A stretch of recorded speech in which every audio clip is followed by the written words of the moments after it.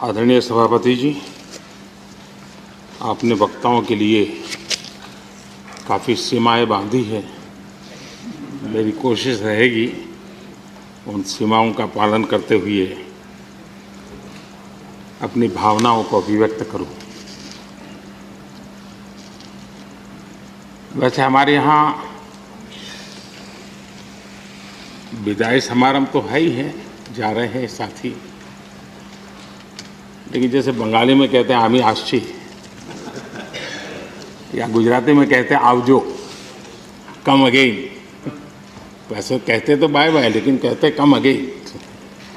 तो एक प्रकार से हम तो यही चाहेंगे, कम अगेन, ताकि जैसा सभापति जी ने कहा कि इतने इतने अनुभव जिनके साथ जुड़े हुए हैं, 5 टर्म 4 टर्म 3 टर्म, इतने समय से, यानी एक बहुत बड़ी मात्रा में अनुभव का संपुट हमारे इन सभी महानुभावों के पास है। और कभी कभी ज्ञान से ज़्यादा अनुभव की ताकत होती है। एकेडमिक नॉलेज की कभी कभी बहुत सीमाएं होती है, वो सेमिनार में काम आता है, लेकिन अनुभव से जो प्राप्त हुआ होता है उसमें समस्याओं के समाधान के लिए सरल उपाय होते हैं, उसमें नयापन के लिए अनुभव का मिश्रण होने के कारण गलतियां कम से कम होती हैं। और इस अर्थ में अनुभव का अपना एक बहुत बड़ा महत्व होता है।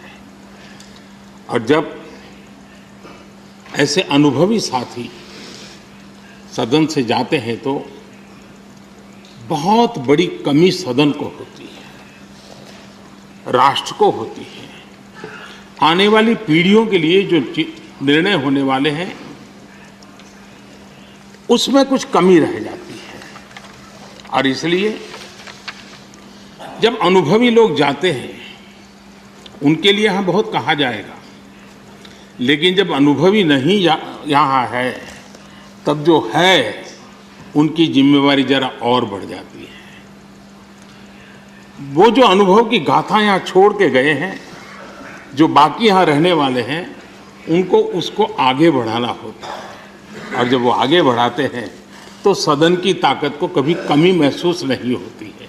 और मुझे विश्वास है कि आप जो साथी आज विदाई लेने वाले हैं, उनसे हम जो सभी सीखे हैं, आज हम भी संकल्प करें उसमें से जो भी उत्तम है, जो श्रेष्ठ है, उसको हम आगे बढ़ाने में इस सदन की पवित्र जगह का जरूर हम उपयोग करेंगे, और ताकि देश को समृद्धि में बहुत काम आएगा। एक लंबा समय हम इस 4 दीवारों के बीच में बिताते हैं। हिंदुस्तान के हर कोने की भावनाओं का यहाँ प्रतिबिंब, अभिव्यक्ति, वेदना, उमंग, सब कुछ यहाँ पर एक प्रवाह बहता रहता है। और उस प्रवाह को हम भी अनुभव करते रहते हैं। लेकिन कभी हमको लगता होगा कि मैंने इस सदन में बहुत कुछ कंट्रीब्यूट किया, बहुत सच्चाई है, लेकिन साथ साथ इस सदन ने भी हमारे जीवन में बहुत कुछ कंट्रीब्यूट किया। हम सदन को दे करके जाते हैं, उससे ज़्यादा सदन से लेकर के जाते हैं, क्योंकि भारत की विविधताओं से भरी हुई सामाजिक व्यवस्थाओं से, अनेक प्रकार के उतार चढ़ाव वाली व्यवस्थाओं से निकली हुई चीज़ें, उसको हम प्रतिदिन अनुभव करते हैं सदन में।